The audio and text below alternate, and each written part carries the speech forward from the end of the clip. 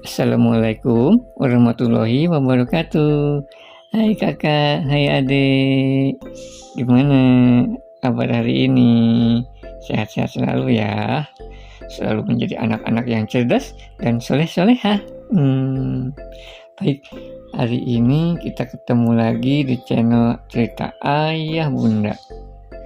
Nah, seperti biasa, seperti sebelum-sebelumnya nih, Ayah akan menceritakan kembali kisah-kisah sifat teladan Nabi Muhammad SAW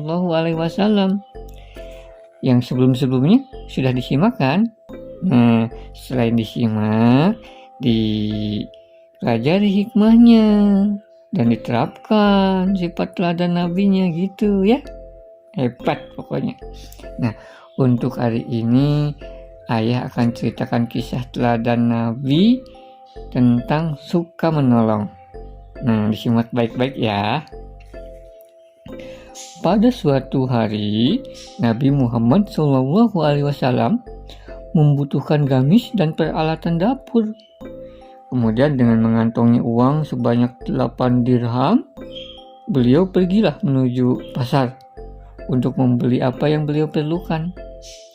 Namun, dalam perjalanan menuju pasar, Nabi Muhammad SAW melihat ada seorang wanita menangis terseduh di pinggir jalan. Kemudian beliau menyapanya, "Wahai wanita, apa yang membuat engkau menangis?" Demikian sapaan Nabi. Nah, sambil terisak-isak, wanita itu menjawab, "Sesungguhnya aku adalah seorang budak. Tuanku pasti akan menghukumku karena aku telah kehilangan uang 2 dirham miliknya." Mendengar cerita wanita tadi, Nabi Muhammad kemudian dengan serta-merta merogoh sakunya dan beliau mengeluarkan uang 2 dirham dan memberikannya kepada wanita yang tertimpa kemalangan tadi. "Nih, ambillah dan serahkanlah kepada tuanmu. Tidak perlu engkau bercerita bahwa engkau menghilangkan 2 dirhamnya." Demikian kata Nabi. Kemudian wanita itu dengan senang bukan kepala dan mengucap, "Alhamdulillah, terima kasih. Begitu mengucap kepada Nabi.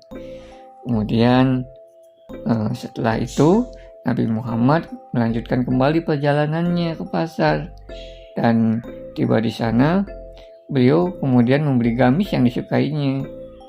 Gamis itu langsung dipakai sama beliau.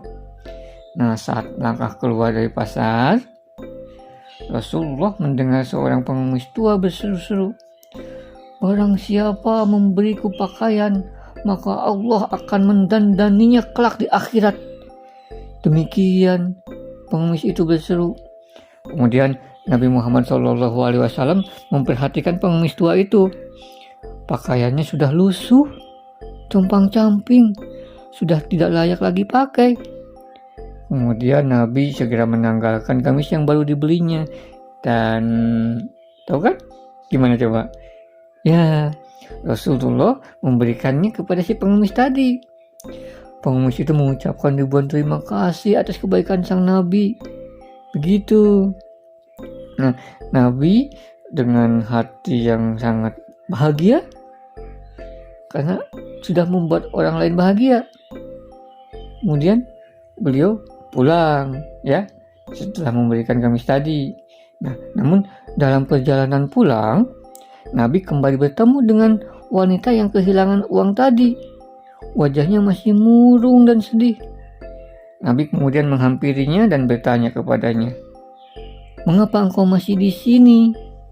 Kemudian wanita tadi memelas dan menjawab, "Aku takut pulang. Aku khawatir akan mendapat hukuman dari tuanku karena terlambat pulang." Begitu katanya. Kemudian Nabi berkata, "Mari, biar aku antar engkau pulang." Nah, akhirnya Nabi mengantar wanita itu pulang ke rumahnya, ke rumah majikannya gitu. Sesampainya di rumah yang dituju, kemudian Nabi Muhammad SAW mengucapkan salam dengan suaranya yang khas ya.